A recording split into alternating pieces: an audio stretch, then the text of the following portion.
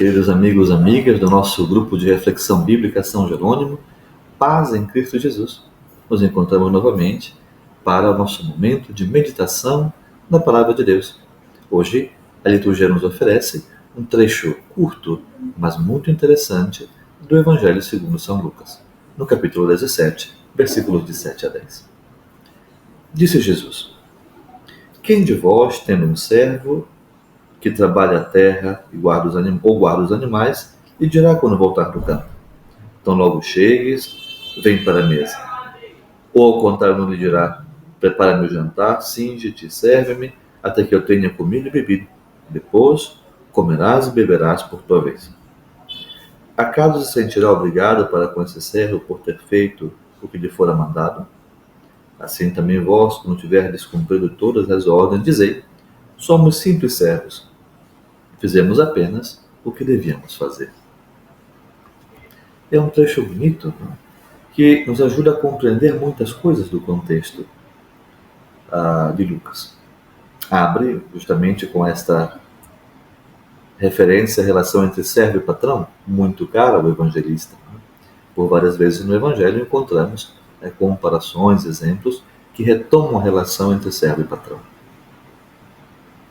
Coisa que é comum ao tempo de Lucas, né? Descreve essa discrepância, a dureza do trabalho servil, e a relação com o patrão.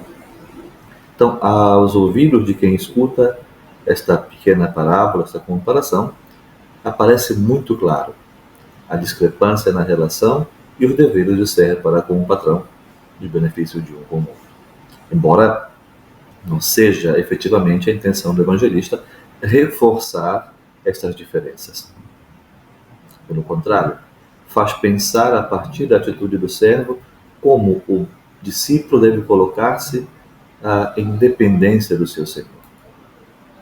Não é uma relação do sirvo para merecer, mas é uma relação de servir para cumprir aquilo para o qual eu fui chamado. Simplesmente servos. Fizemos o nosso dever. Mesmo se a imagem é dura, retirada da relação servo-patrão, aqui ela deve ser reelaborada dentro do seu contexto maior, como orientação para a vida das comunidades. De fato, o capítulo 17 que estamos lendo abre desta maneira. Alguns comentadores nos colocam dentro desta perspectiva. Por exemplo, nós temos já no início, versículos 1 e 2, orientações a respeito do escândalo. Versículo 3 e 4, a respeito do perdão. 5 e 6, a respeito da fé. Então chegamos ao serviço.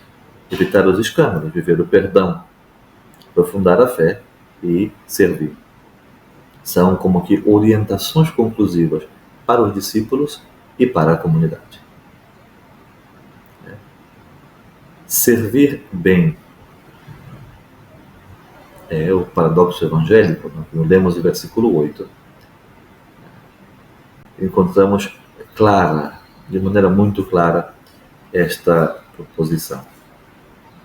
Ou, ao contrário, não lhe dirá: prepara-me o jantar, singe-te, serve-me, até que eu tenha comido e bebido, depois comerás e beberás por tua vez? Acaso se sentirá obrigado para com esse servo por ter feito o que lhe fora mandado? O servo deve servir bem. E aquele que sabe servir bem, então, receberá a recompensa do seu Senhor. Não vim para ser servido de Jesus, num outro momento do Evangelho, mas para servir e dar a vida. Então, o discípulo, a comunidade, deve ser uma comunidade servidora, que sabe que deve servir e que faz isso da melhor maneira possível. Com este texto, não se busca, repito, justificar a relação de discrepância entre servo e patrão, mas a olhar a relação de um para com o outro e perceber que a nossa relação para com Deus é uma relação de servos. Somos servidores. Talvez no contexto da parábola, para nos ajudar, de uma forma ou de uma hipérbole de perceber isso, traduzir por escravo mais do que servo nos ajudaria. De fato, o drama das diferenças sociais ao tempo de Lucas seriam bem melhor compreendidas se nós traduzíssemos como escravos, mais do que como servos, neste momento. Então, numa sociedade marcada por divisão de serviço, marcada por uma relação discrepante entre patrão e servo, a comunidade deve ser um instrumento que traz a novidade do serviço, não como instrumento de exploração, no serviço como instrumento que é para o anúncio do Evangelho. Servir como o Senhor serviu, cuidar dos outros como o Senhor cuidou. Esta é a nossa grandeza, né? Sermos bons servidores, sem pretender por isso, pelo nosso serviço, né, ganhar um prêmio ou ser supervalorizados. A conclusão da parábola, no versículo 10, nos ajuda a fechar a reflexão. Assim também vós, quando tiverdes cumprido todas as vossas ordens, dizei: somos simples servos, fizemos apenas o que devíamos fazer.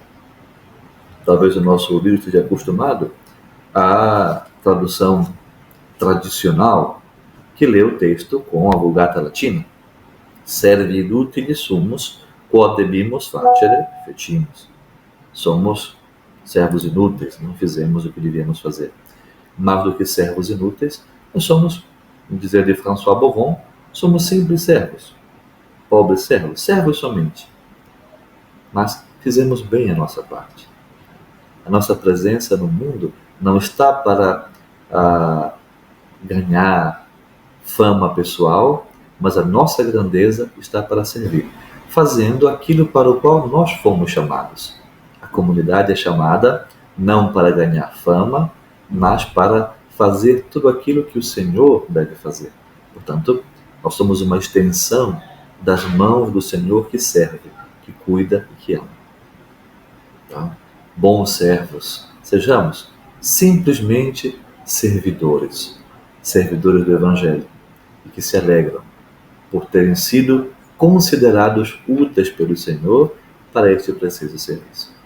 Que o Senhor nos ensine a servir e que o Evangelho continue aquecendo os nossos corações. Um abraço grande e até o nosso próximo encontro.